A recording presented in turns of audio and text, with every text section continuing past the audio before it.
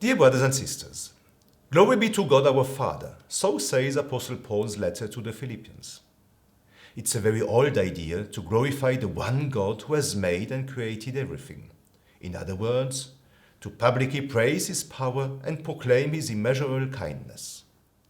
And yet, human beings have diverged from this practice again and again. In fact, they have even gone so far as to hold God responsible for all their problems in life. My appeal to you today is, let us glorify God our Father. This is not only to be our motto for the year 2017, but it's also to define our path ahead in both life and faith. How are we to glorify God the Father? I would like to mention 3 examples. Let us recognize the greatness of God.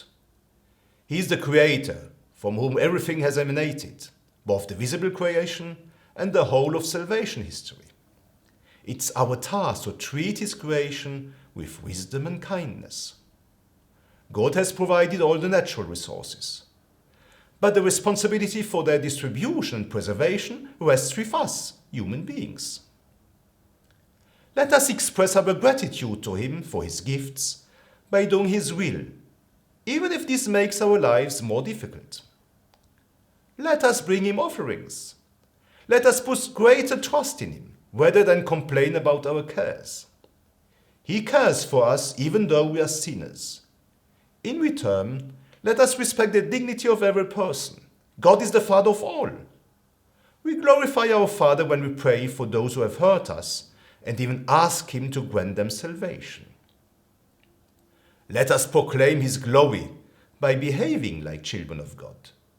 In God's eyes, we are like children. We know very little, and he knows everything. It's important for us to acknowledge his authority and be prepared to serve him. We do not see this as a restriction of our own freedom, but rather as a source of blessing. Let us glorify God our Father. He is greater than everything. Nothing can prevent him from giving us his kingdom.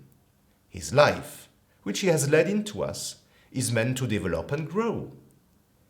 In doing so, we will contribute to the oneness among his children in the knowledge that there is only one God and Father, who is above all and through all and in you all.